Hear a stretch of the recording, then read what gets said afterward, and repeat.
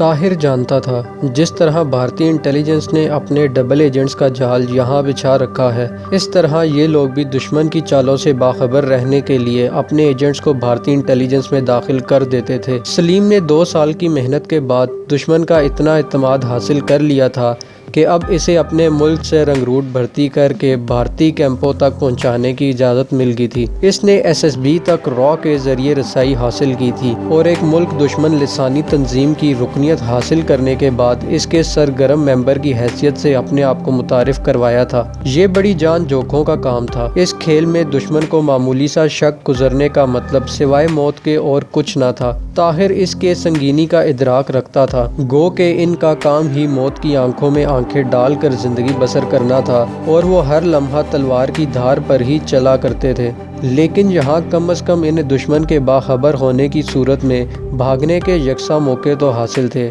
جبکہ double agent کے کھیل میں ایسا نہیں تھا۔ وہاں تو وہ ہر لمحہ دشمن کی گرفت میں ہوتے تھے، معمولی سا شک گزرنے پر انہیں بے نام موت مل سکتی تھی۔ تخریب کاری کے ان تربیتی مراکز میں جانے والے کسی بھی گروپ کے مکمل نوجوان خوش قسمتی سے ہی لوٹا کرتے تھے، عموماً ان میں سے ایک آدھ کو ضرور مار دیا جاتا تھا۔ اس طرح وہ دوہرے مقاصد حاصل کرتے تھے۔ بسا اوقات وہ کسی شک کے بعد محض زرخرید ایجنٹس پر دباؤ بڑھانے کے لیے ان کے ایک ساتھی کو ان کی نظروں کے سامنے اذیتیں دے دے کر اس لیے ہلاک کر دیا کرتے تھے کہ وہ فرار یا غداری کی صورت میں اپنے انجام سے ڈرتے رہیں اور آنکھیں بند کر کے اپنے آقاؤں کے احکامات کی تکمیل کرتے رہیں، جبکہ دوسری طرف مرنے والے کے ساتھی اس لیے بھی مطمئن رہتے تھے کہ ان کے حلقوں میں اب کوئی مخبر باقی نہیں رہا۔ وہ خود اپنے کسی بھی ساتھی پر معمولی سا شک گزرنے پر اسے موت کے گھاٹ اتار دیا کرتے تھے تاکہ باقی سب لوگ محفوظ رہیں۔ چوہے اور بلی کے اس کھیل کو بھارتی انٹیلیجنس بڑی کامیابی سے کھیل رہی تھی۔ سلیم نے ان لوگوں کا اعتماد حاصل کر لیا تھا کیونکہ ان کے احکامات پر وہ اب تک 2 کامیاب دھماکے کر چکا تھا۔ یہ الگ بات ہے کہ یہ دھماکے خود ساختہ تھے، لیکن کمال یہ تھا کہ بھارتی انٹیلیجنس کے نزدیک وہ اس کی کامیاب ترین کارروائیاں تھیں جن کے نتائج بھی ان کی مرضی کے مطابق ہی برآمد ہوئے تھے۔ اس نے طاہر کا غائبانہ تعارف ایک مفرور اشتہاری اسٹوڈنٹ لیڈر کی حیثیت سے کروایا تھا، اپنے آقاؤں کو بتایا تھا کہ اس نے طاہر کو اپنی گرفت میں لے لیا ہے اور اب وہ اس کے حکم پر کنویں میں چھلانگ لگانے سے بھی دریغ نہیں کرے گا۔ اس نے طاہر کا غائبانہ تعارف انتقام کی آگ میں جھلستے ایک باغی کی حیثیت سے کروایا تھا جو اپنے ملک کی ایڈمنسٹریشن کو تباہ کرنے پر تلا ہوا تھا اور اپنے انتقام کے چکر میں سب کو جلا کر راکھ کر دینے کا عزم رکھتا تھا۔ کرنل بھاٹیا کو اس نے طاہر کا تعارف اتنا بڑھا چڑھا کر کروایا تھا کہ اس نے فوراً ہی طاہر کی بھرتی کے لیے اوکے سگنل دے دیا تھا اور سلیم نے اس ڈرامے میں حقیقت کا رنگ بھرنے کے لیے کوئی کسر نہیں چھوڑی تھی۔ اس نے کرنل بھاٹیا کی توقع سے زیادہ ایڈوانس کی ڈیمانڈ کر دی تھی، جس سے کرنل کا یقین مزید پختہ ہو گیا تھا۔ پیسوں کی پرواہ مت کرنا، ہمیں ادھر پنجاب میں 3-4 کام کے لونڈے چاہیے، میرا مطلب سمجھتے ہو نا تم؟ کرنل نے اس کے سامنے اپنے پسٹل کا چیمبر لوڈ کرتے ہوئے کہا۔ سلیم اس وارننگ کا مطلب بہت اچھی طرح سمجھتا تھا۔ اس نے دل ہی دل میں ایک بڑی سی گالی کرنل کو دی اور خون کے گھونٹ پی کر رہ گیا۔ سر، میں بڑا محتاط آدمی ہوں، ابھی تک میرے بچے رہنے کا راز بھی یہی ہے۔ میں نے آج تک کوئی ایجنٹ بھرتی نہیں کیا اور اب بھی بہت سوچ سمجھ کر اور دیکھ بھال کر اس گیم میں ہاتھ ڈالا ہے۔ سر، آپ کو ہیرا دے رہا ہوں، آج تک ایسا سورما کسی ماں نے نہیں جنا۔ سالے نے ایک ہی مقابلے میں 3 پولیس والے مار دیے تھے، بس اس کی ایک ہی کمزوری ہے، پیسہ۔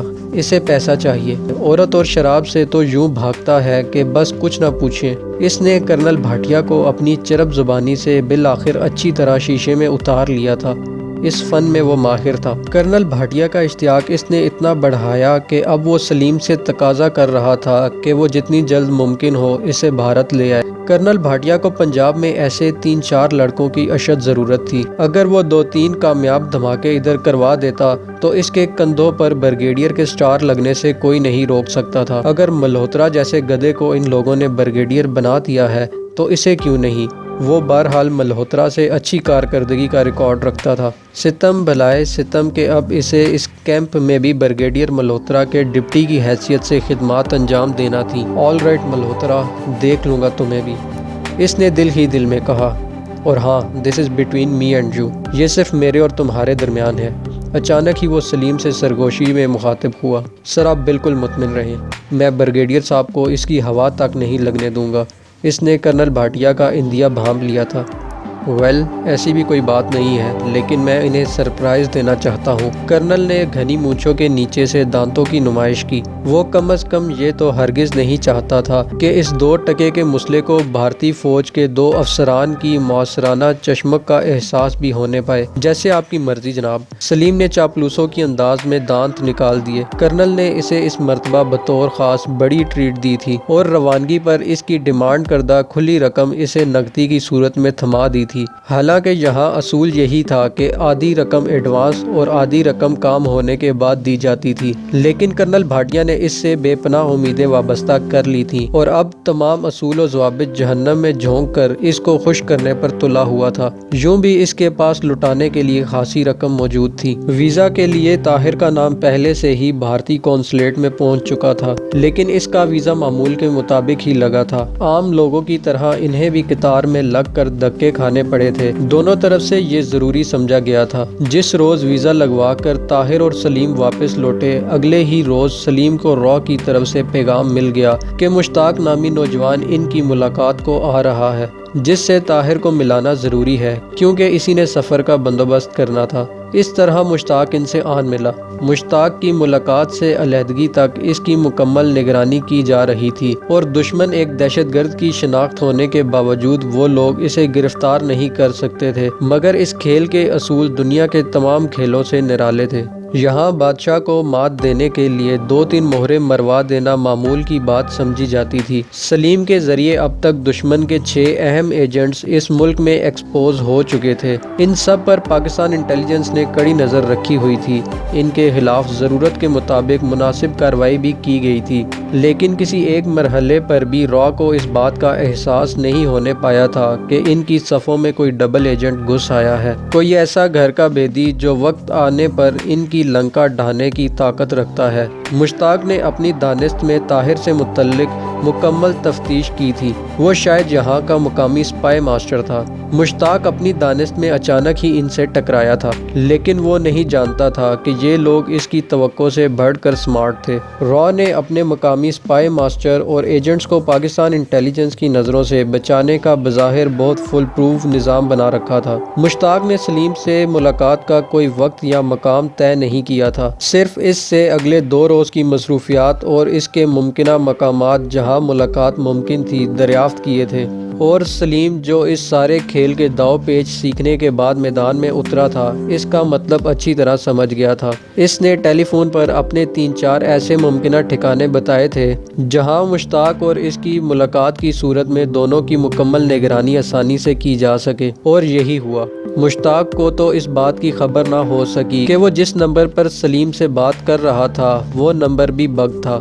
سلیم نے اسے 5 منٹ تک اپنے ساتھ گفتگو میں الجھائے رکھا تھا، اور اس دوران اس جگہ کی نشاندہی ہو چکی تھی جہاں سے مشتاق اسے فون کر رہا تھا۔ یہ شہر کی ماڈرن کالونی کا ایک بنگلہ تھا جو ایک ریٹائر افسر کا مسکن تھا۔ اس طرح دشمن کا ایک اہم ٹھکانہ پاکستان انٹیلیجنس کی نظروں میں آ چکا تھا۔ اس روز بھی مشتاق اپنی دانست میں سلیم سے اچانک ہی ٹکرایا تھا، لیکن اسے علم نہ ہو سکا کہ اس کے یہاں پہنچنے تک کی مکمل فلم بن چکی تھی، اور دونوں کے درمیان ہونے والی گفتگو کا ایک ایک لفظ سلیم کے کوٹ کی جیب میں چھپے چھوٹے سے ٹیپ ریکارڈر پر ریکارڈ ہو چکا تھا۔ مشتاق کی ہدایت پر اس نے طاہر کو فون کر کے اسے کیفے پر طلب کر لیا تھا، جسے سلیم نے اپنے ایک دوست کی ملکیت بتاتے ہوئے کہا تھا کہ وہ دن کا بیشتر حصہ یہیں گزارتا ہے۔ مشتاق کو علم نہ ہو سکا کہ وہ انٹیلیجنس کا ایک سیف ہاؤس تھا جسے وہ لوگ بطور آروی استعمال کیا کرتے تھے، یعنی 2 ایجنٹس کی ملاقات کی جگہ۔ طاہر فون ملنے کے بعد مناسب وقفے سے وہاں پہنچ گیا، اور اس نے اپنے انداز و اطوار سے مشتاق کو ضرورت سے زیادہ ہی متاثر کر دیا تھا۔